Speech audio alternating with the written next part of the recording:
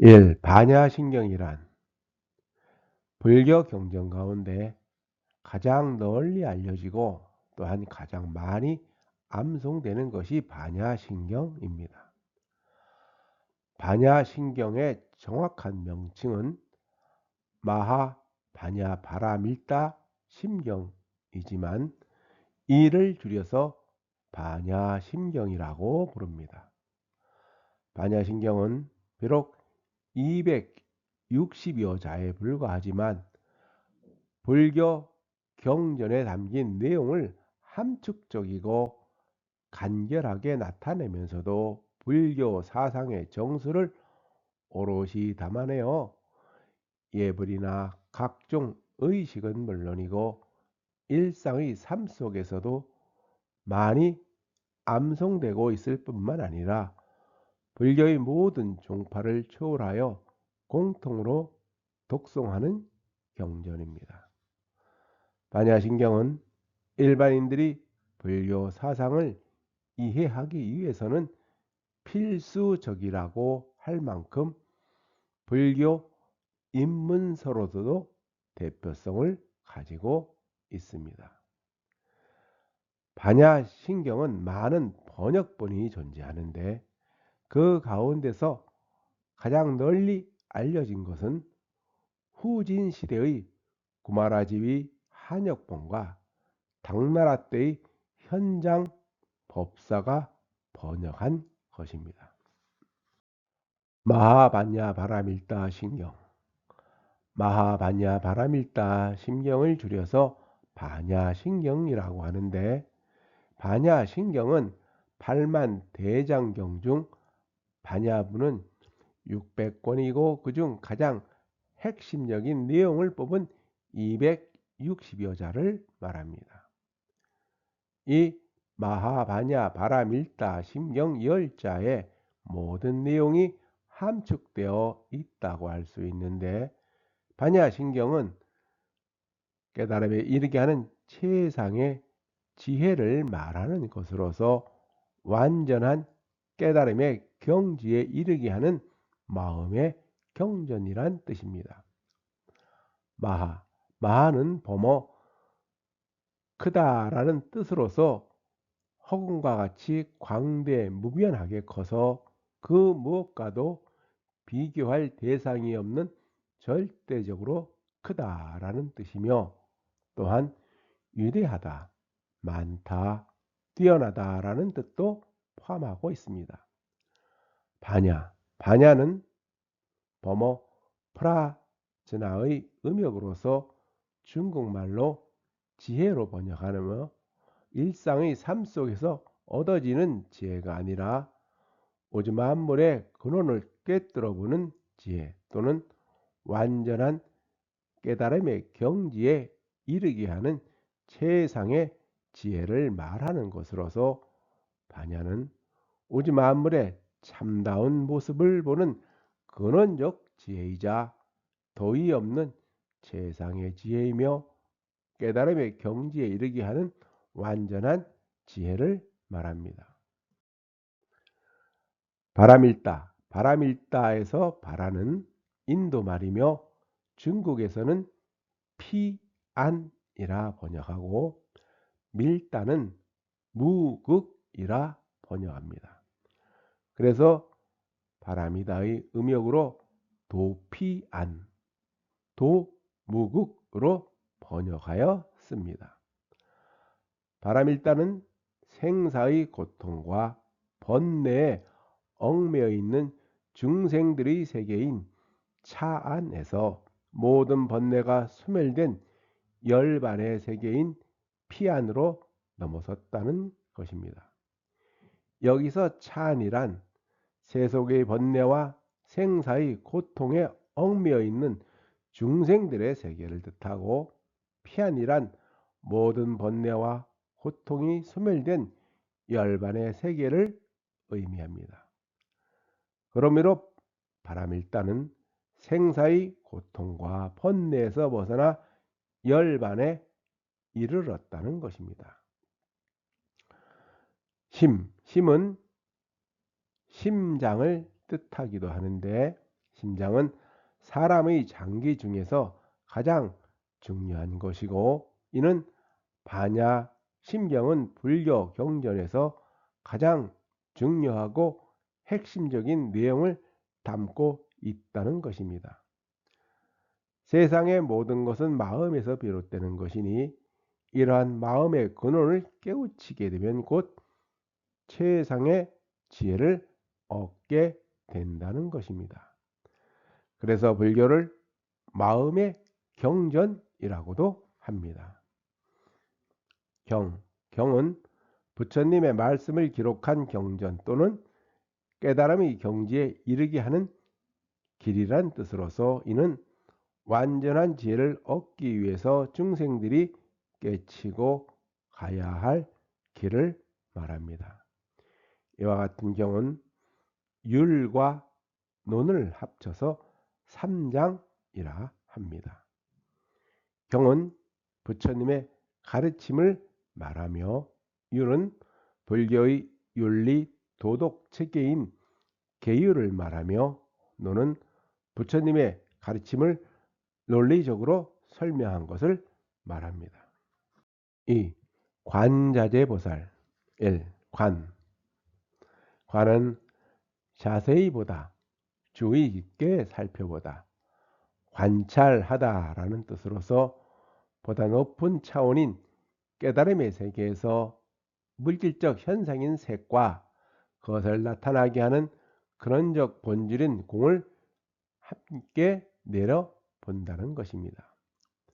이는 겉으로 나타나는 현상만 보지 않고 근원적 본질을 함께 바라봄으로써 우주 만물의 참모습을 볼 수가 있으며 자신의 본래 모습을 볼 수가 있다는 것입니다.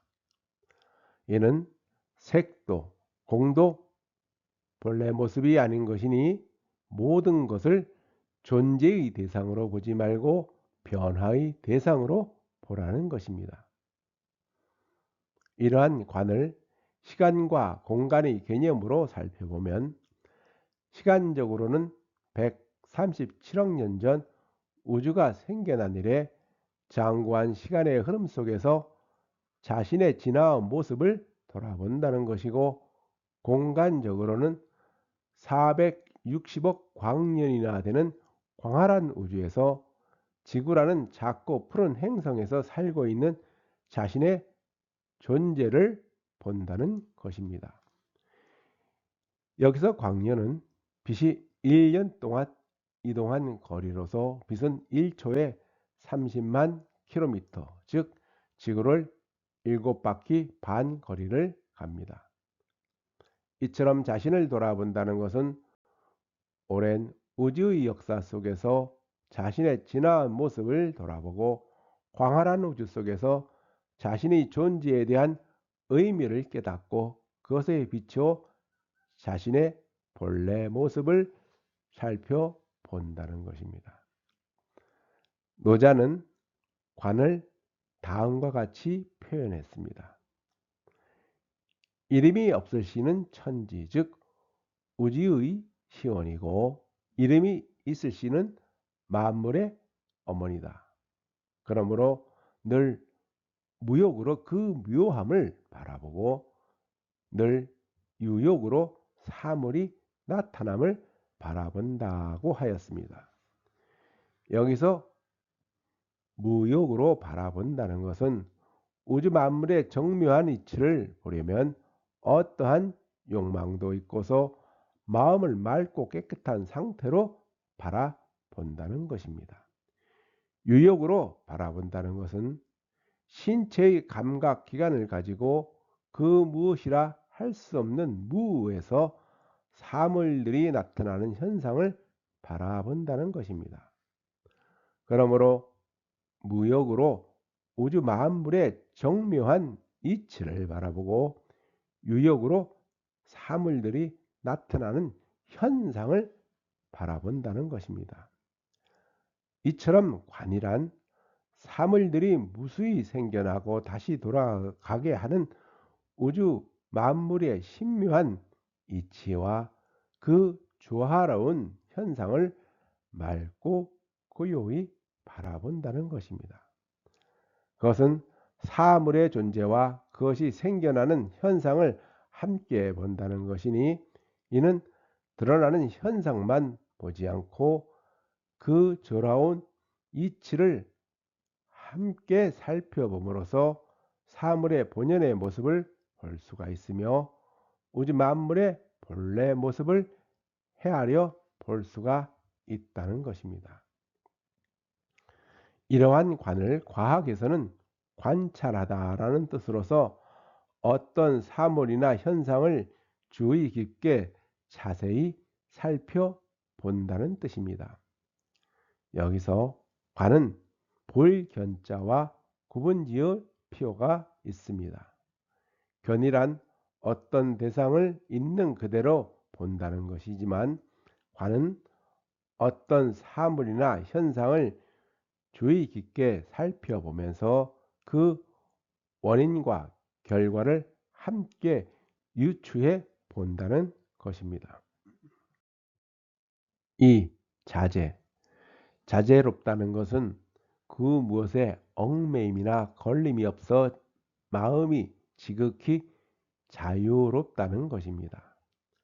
이처럼 자제는 밖에서 비추어지는 물질적 현상은 텅 빈 상, 공상이며, 안에서 수시로 일어나는 모든 생각은 망념된 상이니, 안과 밖의 모든 것은 실체가 없는 공한 상임을 알면 그 무엇에도 얽매임이나 걸림이 없으니 몸과 마음이 지극히 자유롭다는 것입니다.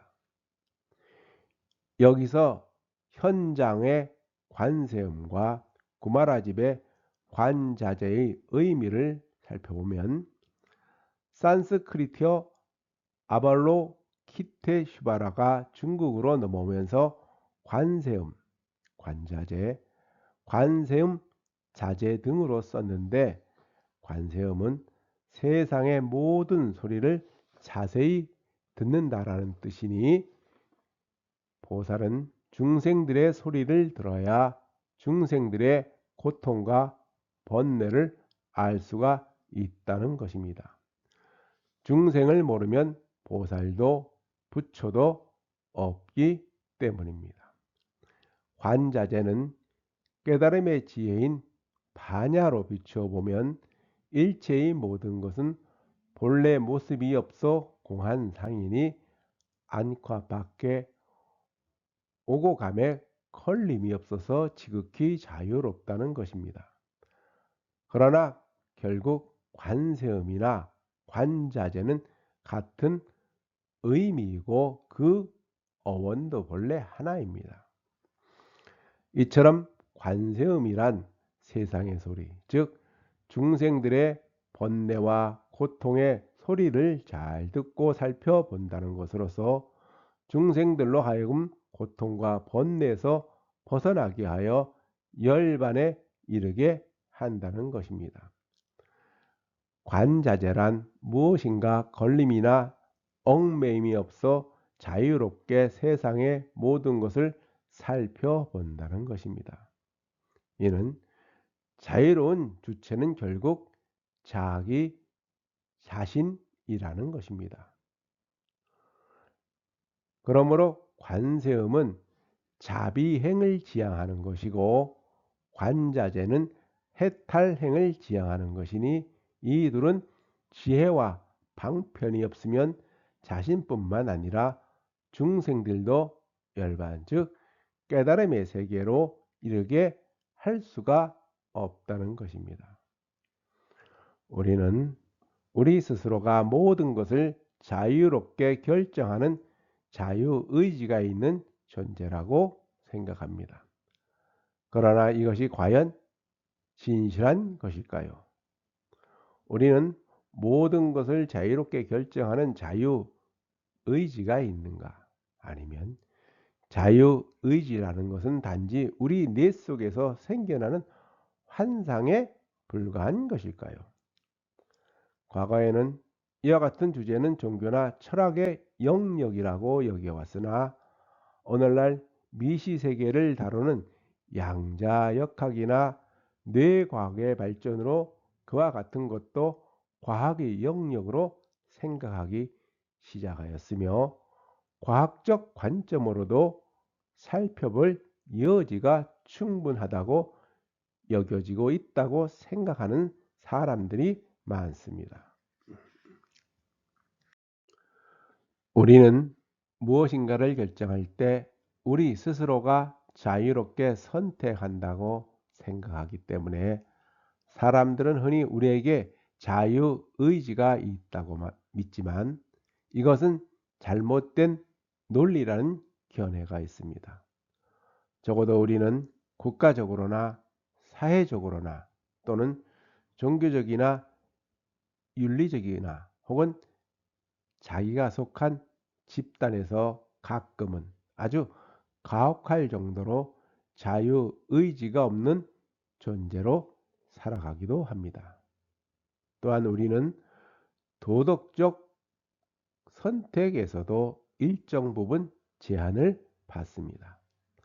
우리가 어떤 일을 하거나 하지 않는 것은 그 문제에 대해 깊이 생각했기 때문이 아니라 달리 어쩔 도리가 없기 때문에 하는 경우가 많습니다.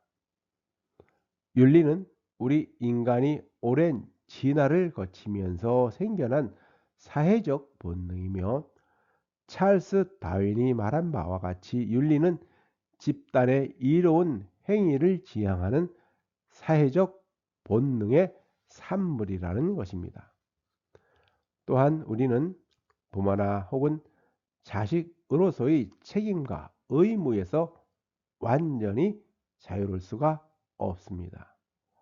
우리는 다음 세대들에게 생물학적 의무, 즉 우리의 유전자를 다음 세대들에게 물려주었어도 그 어떤 동물들보다도 마음속에 탯줄을 끊지 못한 채 평생을 살아가고 있는지도 모릅니다.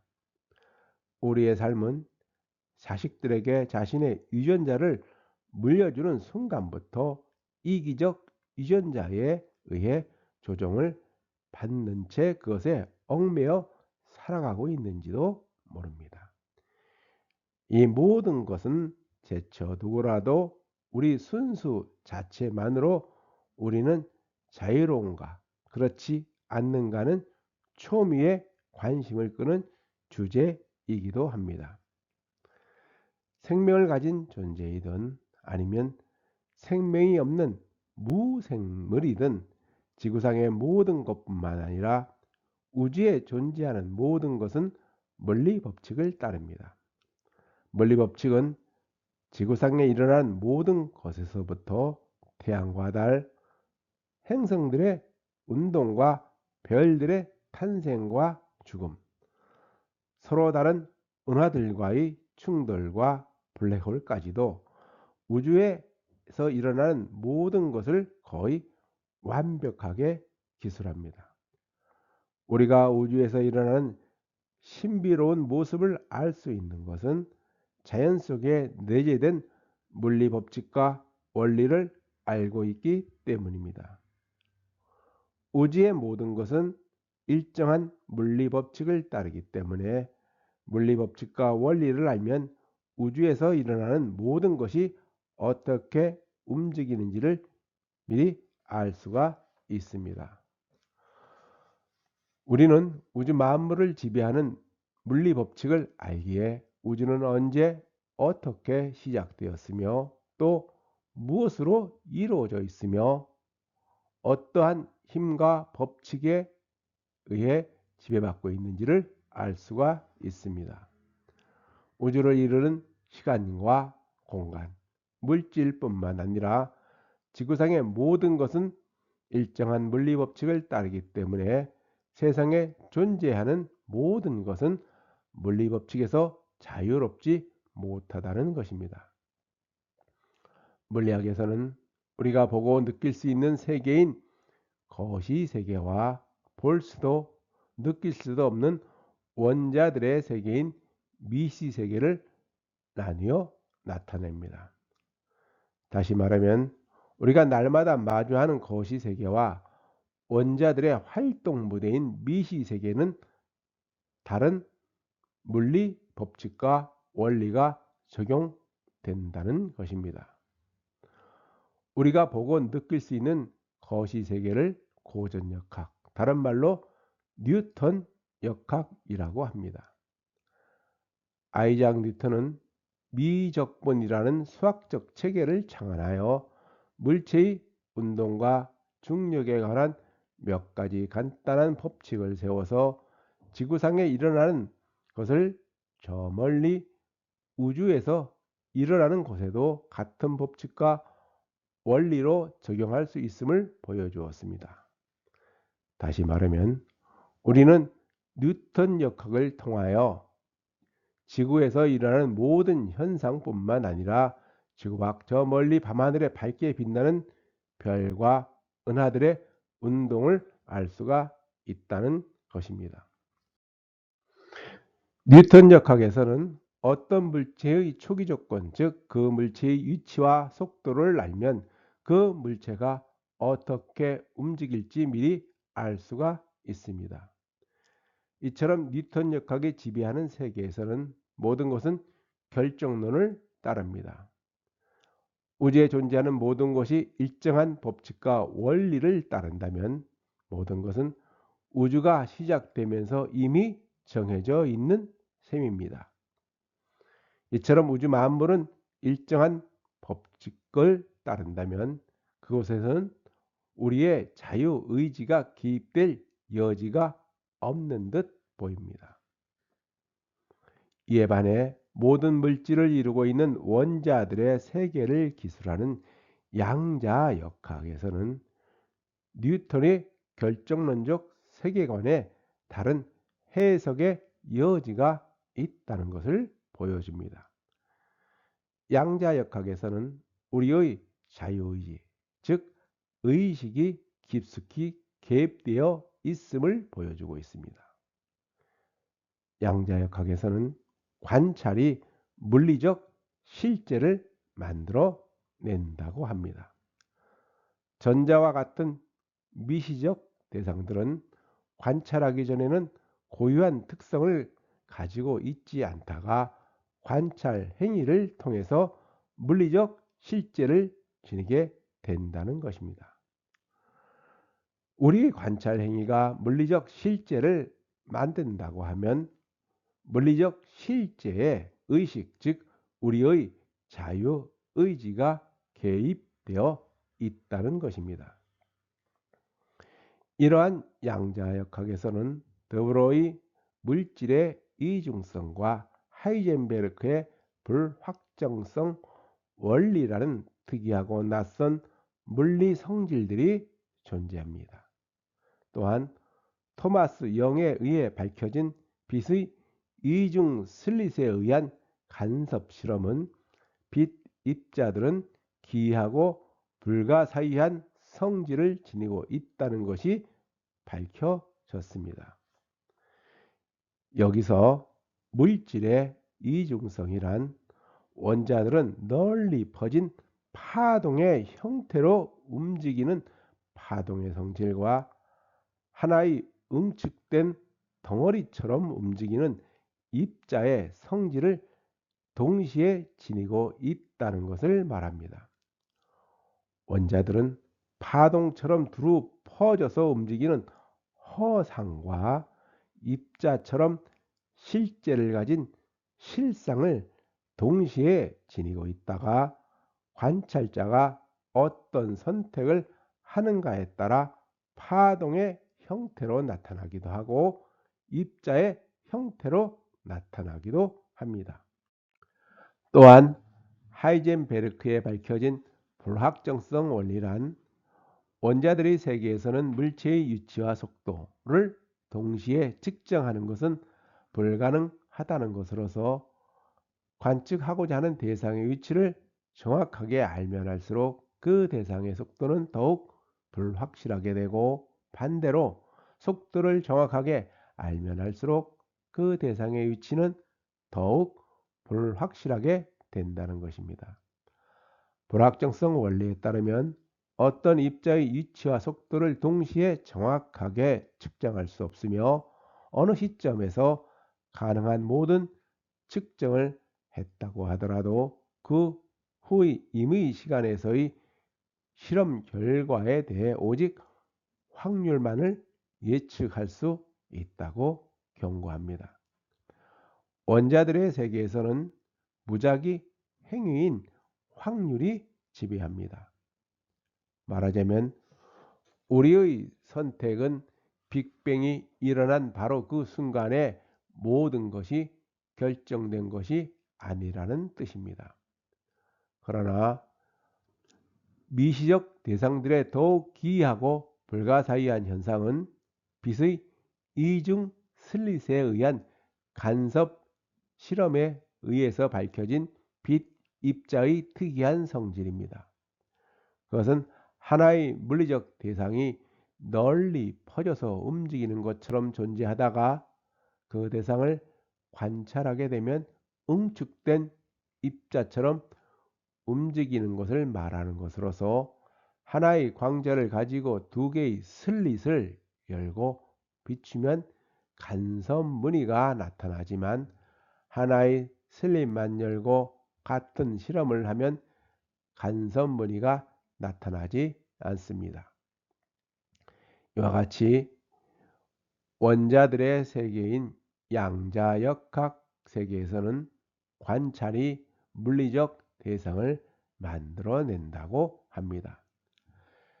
양자역학의 개척자 중 한 사람인 닐스 보어는 양자 이론을 처음 알게 되었는데도 충격을 받지 않는 사람은 아마도 그것을 이해할 수 없었기 때문이다 라고 하였으며, 노벨 물리학상을 받은 리처드 파인만은 이를 두고서 나는 아무도 양자역학을 이해하지 못한다고 확실히 말할 수 있다고 생각한다고 하였습니다. 양자역학을 대변한 코펜하겐 해석에 따르면 만약 당신이 원자처럼 작은 대상이 특정 위치에 있음을 관찰하면 당신의 관찰 때문에 그 대상이 거기에 있게 된다고 주장하였습니다. 다시 말하면 관찰이란 마음작용이 물리적 실제를 만들어낸다는 것입니다. 이것은 새로운 물리학은 마음을 자연의 중심에 갖다 놓았다고 말하기도 합니다. 그러므로 우리의 마음도 우주의 일부라고 말할 수가 있다는 것입니다. 그러나 시야를 우리의 내부로 돌리면 뇌과학에서는 또 다른 해석의 여지가 있음을 보여줍니다. 최근 뇌와 신경과학자들에 따르면 우리 정신세계를 지배하는 생각과 감정, 의식뿐만 아니라 우리의 모든 행위는 뇌 속에 있는 뉴런이라는 신경세포들이 주고받는 전기 에너지 흐름으로 비롯되는 것으로 밝혀졌습니다. 결국 우리의 정신세계뿐만 아니라 우리 모든 행위도 일정한 물리법칙을 따른다는 것입니다. 그래서 인간의 뇌는 물리법칙을 따르기 때문에 우리는 본질적으로 자유의지가 없는 생물학적 기계장치라고 말하기도 합니다. 그러면 우리의 생각과 감정, 의식을 포함한 모든 행위 또한 물리법칙을 따르는 기계의 일부라는 말인가요? 뇌과학자들이 공통적으로 가정하는 바는 우리가 누구이고 어떤 사람이 아는 것은 신경계의 작용이 있은 뒤라는 것입니다. 1980년대 벤자민 리벳은 유명한 실험을 통해 우리는 행동을 개시하는 데 걸리는 시간이 우리의 뇌가 그 행동을 의식적으로 받아들이는데 걸리는 시간보다 0.5초 빠르다는 것을 보여주었습니다. 최근에 fMRI 실험은 운동 행위를 의식적으로 인식하기 약 7에서 10초 전에 이미 이를 준비하는 대뇌 피질 부위가 존재한다는 사실을 보여주었습니다. 우리의 생각이나 감정, 의식뿐만 아니라 모든 행위를 지배하는 것은 우리의 뇌입니다. 우리가 누구인지 알려면 부모로부터 물려받은 유전자와 뇌 속의 신경세포인 뉴런들의 연결망을 알아야 됩니다. 우리는 부모로부터 물려받은 유전자와 자라나면서 주위 환경에 영향을 받는 뉴런들의 연결망에 지배받기 때문에 뇌가 어떻게 작동하는지를 알려면 잉태되는 순간 결정되어지는 유전자와 주위 환경에 따라 변하는 뉴런들의 연결망을 알아야 합니다. 또한 생물학적 관점에서 우리는 자유로운 존재인가 아닌가를 살펴보면 살아있는 모든 생명체는 진화의 법칙에서 자유로울 수가 없습니다. 우리 자신을 포함한 지구상에 살고 있는 모든 생명체는 오랜 진화 과정을 통하여 지금과 같은 모습으로 살아갑니다. 진화란 어느 것 하나라도 빠뜨리지 않고 세밀하게 관찰하여 아주 사소한 부분이라도 놓치는 법이 없습니다. 진화의 조각들은 결코 놓치거나 빠뜨리지 않고 매 순간 각자의 역할을 충실히 수행해 나아가고 있는 것입니다. 이처럼 진화란 자연에 존재하는 그 어느 하나라도 빠뜨리거나 놓치는 것이 없는 것이니 모든 생명체는 진화의 법칙에서 한시도 벗어난 적이 없습니다. 그러므로 모든 생물들은 진화의 법칙에서 자유로울 수가 없다는 것입니다. 여기서 생물학과 물리학은 중요한 차이점이 있는데 그것은 바로 역사라는 요소입니다. 지구상의 모든 생명체들은 과거의 어떤 역사적인 우연에 의해서 좌우되는 경우가 많습니다. 6,500만 년 전 소행성이 충돌로 공룡들이 멸종되기 전까지는 우리의 선조는 육식 공룡을 피해 숨어 지내는 작은 포유류에 지나지 않았습니다.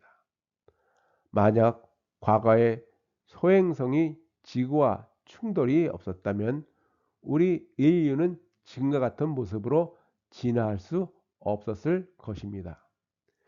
이처럼 생물들의 오랜 진화의 여정 속에는 크고 작은 우연이라는 역사적 사건이 개입되어 있으니 생물학에서는 결정론은 어느 정도 벗어나 있는 셈입니다.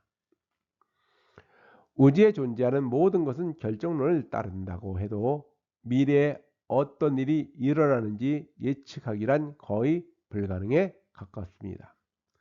기상학자 에드워드 로렌츠가 발표한 카오스 이론은 작고 미세한 차이가 나중에 엄청나게 큰 차이로 나타날 수 있다는 것인데 이것은 나비 효과로 더 잘 알려져 있습니다.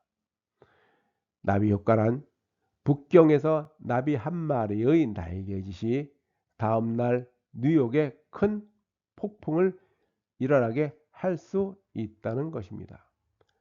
이처럼 어떤 사건이 일어나는 것에는 변수가 너무 많고 초기값을 측정하기도 너무 복잡 미묘하여 설사 측정이 가능하다고 하여도 그 값을 정확하게 알 수가 없어서 미세한 차이만이라도 우리의 예측과는 완전히 다른 결과를 내놓는다는 점에서 초기 조건만 가지고서도 미래에 어떤 결과를 낳을지 예측 불가능하다는 것입니다. 우주 만물은 일정한 물리적 법칙을 따르는 동시에 크고 작은 역사적 사건에 의해 지배받습니다. 그러므로 살아있는 모든 생명체 속에는 생물학적 사건인 우연과 물리 법칙인 필연이라는 자연의 내재적 질서와 법칙이 깃들어 있습니다. 불교의 영기론에 의하면 모든 것은 인연에 따라 생겨나고 또 그 인연이 닿으면 살아 없어진다고 합니다. 우리의 인생사 모든 것뿐만 아니라 삶과 죽음까지도 인연에 의해서 비롯된다는 것입니다. 이와 같이 세상의 모든 것뿐만 아니라 우주 만물은 인연의 법칙에서 자유로울 수가 없기 때문에 모든 인연을 소중히 여겨야 한다는 것입니다. 최근에 우리는 또 다른 세계관과 마주합니다. 일련의 과학자들은 피와 살로 이루어진 생물학적 육체를 떠나 순수한 에너지로 존재하는 의식이 있는 생명체가 가능하다고 믿습니다. 그래서 의식이 육체에 갇혀 있지 않고 순수한 에너지로 변환되어 우주 공간을 자유롭게 떠다니는 아이디어를 생각합니다. 그러나 이 모든 것이 물리법칙에 금지하는 조항이 없습니다. 원리적으로 얼마든지 가능하다는 것입니다. 단지 시간과 비용의 문제일 뿐 언젠가는 그와 같은 세상이 올 것이라고 일부 물리학자들은 굳게 믿고 있습니다. 우리의 생물학적 신체를 떠나 순수한 정신 에너지로만 이루어진 모습으로 살아가면 우리는 과연 행복할까요?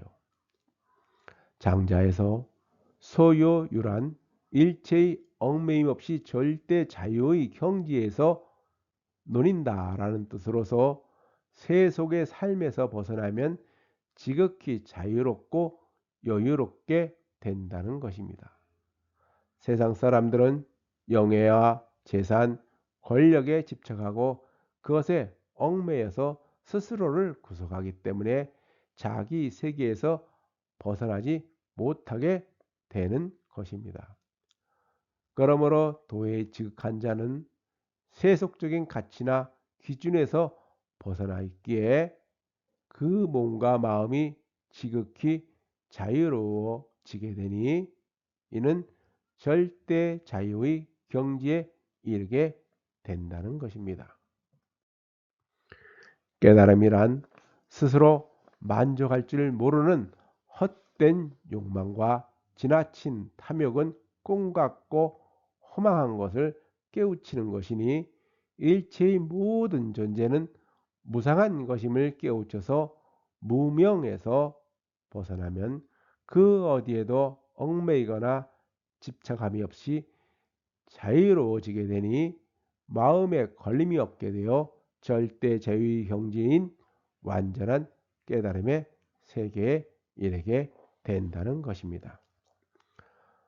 선종의 2대 조사인 해가는 마음이 너무 괴롭고 불안하여 스승 달마를 찾아가 편치 않는 나의 마음을 편안하게 해달라고 하였습니다.